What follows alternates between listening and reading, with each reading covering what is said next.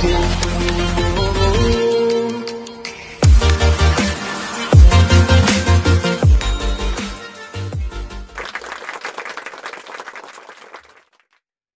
makanya pentingnya kita bisa memilih gitu pasangan kita dari keluarga besar yang kita memang merasa cocok dengan mereka. Karena ini untuk hubungan jangka panjang. Kecuali hubungan jangka pendek yang nggak perlu kenal keluarga besar. Iya, karena ini hanya untuk main-main aja gitu kan. Dan ini sangat penting ya. Kita harus memilih gitu keluarga besar yang memang cocok gitu dengan pribadi kita, dengan keinginan kita. Akhirnya kita juga bisa mempertahankan hubungan rumah tangga ini untuk jangka panjang. Kan itu yang kita inginkan kan. Iya sih, memang keberlangsungan itu yang kita tuju kan. Benar. Terus yang terakhir, tips yang terakhir, ini yang harus kudu menjadi fondasi juga, yaitu kita memilih pasangan kita, calon pasangan kita yang memiliki karakter yang baik. Karena apa? Karena karakter ini kan sulit gitu untuk diubah. Jadi kalau kita memilih pasangan kita yang memiliki karakter yang jelek, terus kita merasa kita dapat merubah dia agar dia bisa menjadi lebih baik, itu yang saya takutnya kita akan kecewa gitu. Ada kan bahasa-bahasa seperti itu ya Pak? Iya. Kalau nggak apa-apa dia juga nggak pakai ini, misalnya dia seperti ini, nanti saya akan ubah. Iya. Kesannya kita tuh memiliki tongkat Harry Potter gitu, bisa merubah kodok jadi putri Cinderella gitu kan. Nah ini kan yang bahaya gitu. Kalau kita memiliki keyakinan seperti itu, karena merubah seseorang, sosok individu itu nggak gampang gitu. Karena karakter itu kan sudah terpatri dalam dirinya gitu, melalui proses jangka panjang, membutuhkan waktu yang tidak sedikit gitu. Akhirnya terbentuklah karakter di dalam diri pasangan kita. Misalnya karakter pasangan kita ini buruk, gitu, jelek, nggak bisa diatur, maunya menangnya sendiri, mau berani melawan, terus karena cantiknya aja atau karena kayanya aja kita paksain diri kita untuk suka dengan sosok seperti ini. Kan ini akan makan hati ya. Iya. Boleh deh dia kaya raya, gitu. Rumah di Pondok Indah, mobilnya berjejer, terus cantik kayak model gitu. Tetapi sama kita kurang ajar. Manggil kita kayak manggil pembantu misalnya. Iya, karena dia tahu bahwa kita ini misalnya lahir dari keluarga yang miskin. Nah akhirnya orang ini meremehkan kita gitu. Nah ini kan membuat hubungan rumah tangga kita di masa depan itu akan layaknya seperti neraka gitu. Iya, dan kita pun ketika menemukan karakter itu ya Pak, karena karakter biasanya sih ditutupin Pak ya. Nah makanya harus dibuka dari awal, kita harus. Iya. Biasanya kan baik-baiknya aja kita lihat. Benar. Kita harus dan ketipu. mengutarakan hal ini di awal sebelum kita melanjutkan ke hal yang lebih dalam gitu. Nah sebelum kita ini berkomitmen gitu kan untuk menikahi pasangan kita, ya kita harus bicarakan hal ini gitu. Jangan ada hal yang ditutup-tutupi. Banyak kan sebegitu ya. Bagi yang pasangan ini lagi pacaran nih. Benar. Karena kalau kita hanya pacaran, ini akan sulit terbuka. Makanya di awal tujuannya jangan pacaran. Tujuannya kita ingin mengenal siapa nih wujud asli pasangan kita.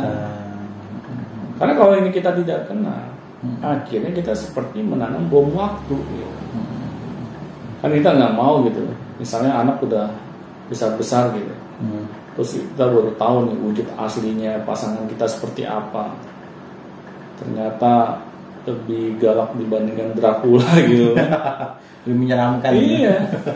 Nah akhirnya kan kita nyesel gitu. Sedangkan anak-anak sudah besar. Banyak yang terjadi seperti itu. Nah itu, makanya sebelum kejadian, ya kita harus lebih mau membuka diri kita siapa, terus kita melihat wujud aslinya, karakter pasangan kita seperti apa. Kita cari tahu. Kita jangan tujuan mengenal calon kita ini hanya sekedar nonton, hanya sekedar makan-makan. Sulit gitu. Iya sih, ke kafe. Benar. Sayang-sayangan lah. Ya. Itu yang juga saya lakukan di masa lalu saya gitu. Tapi kan akhirnya itu menjadi bom waktu gitu ketika saya menikah. Makanya di 5 tahun awal tuh ya banyak pertengkaran, banyak hal yang istilahnya tidak mengenakan gitu kan. Karena saya tidak tidak berusaha di awal sebelum saya menikah untuk mengenal siapakah calon pasangan saya ini. Makanya saya berbagi seperti ini ya agar viewers bisa belajar gitu dari kesalahan yang saya buat. Nah, ini tanggung nih, karena kan ini kan yang bertanya adalah seseorang yang ingin menikah. Iya. Tapi kalau yang bertanya ceritanya yang bertanya sudah menikah dan menemukan aspek keempat itu nggak baik-baik saja, Pak. Gimana Pak cara menanggulanginya? Misalnya empat-empatnya yang udah menikah nih, kok benar juga yang dikatain yang visi misinya nggak sama kan, terus karakternya jelek, bagaimana Pak cara menangani itu Pak? Kalau saya sampai lancar-lancar aja. Banyak yang berdoa. Kan itu yang ribet tuh. Iya benar, karena ini sudah terlanjur gitu, terlanjur basah gitu kan. Bagaimana? Jadi ya kalau saya sih di dalam agama juga kan tidak dilarang yang namanya perceraian, asalkan maksud dan tujuannya itu baik. Kalau memang tidak dapat dipertahankan untuk maksud dan tujuan yang baik, ya kenapa harus dipertahankan? Ya. Tapi kalau masih bisa dibicarakan dengan baik-baik, masih bisa dikondisikan dengan baik-baik, terus kita mau saling mengalah, misalnya untuk anak-anak kita, ya boleh saja kita lanjutkan. Tetapi itu harus kita jadikan sebagai komitmen, karena anak-anak kita kan melihat kita. Sudah terlanjur. Iya, kalau orang tuanya sering ribut, sering bertengkar, nanti kan anak melihatnya bagaimana itu? Pasti kan anak terus menjadi korban gitu. Masa sih kita mau gitu? Sudah hubungan rumah tangga kita berantakan, terus kita ikut sertakan anak-anak gitu dalam pusaran masalah ini gitu. Jadi anak yang belum seharusnya memikirkan hal-hal yang yang seharusnya mereka tidak usah pikirkan, akhirnya mereka memikirkan juga gitu. Apakah anak-anak menjadi salah satu titik balik atau misalnya batu acuan agar kita bisa merubah segala kesalahan kita di masa lampau? Misalnya yang tadinya sering beda visi gitu kan, terus yang karakternya buruk, sama-sama buruk misalnya, terus apalagi tadi yang terkait dengan masalah keluarganya misalnya, berapa kan anak itu bisa menjadi kayak penyelamat sih, jadi alasan kita alasan kita untuk berbuat baik gitu, untuk berubah diri gitu. Bisa aja. Apa begitu Pak? Bisa aja. Kalau memang anak ini kita benar-benar jadikan sebagai pelampung kita gitu. Kita menganggap anak ini tidak boleh merasakan apa yang kita rasakan. Kita harus jaga kondisi psikologinya. Akhirnya kita mau berkorban. Tapi ini harus komitmen yang dilakukan oleh kedua belah pihak. Tidak boleh satu pihak saja. Nanti yang satu pihak ini selalu makan hati gitu. Oh iya, harus disepakati dulu ya. Nah itu. Jadi kalau misalnya bisa disepakati oleh kedua belah pihak, ya hubungan ini masih bisa dilanjutkan. Tapi kalau tidak, ya sudah. Memang ada gitu kan, ya orang bijak mengatakan gitu, nasi kalau sudah menjadi bubur, habis gini istilahnya sudahlah, nggak bisa kita perbaiki lagi gitu kan. Iya, padahal bisa Pak, tinggal digoreng itu di nasi lagi. Itu yang kadang hati-hati dengan nasihat seperti itu.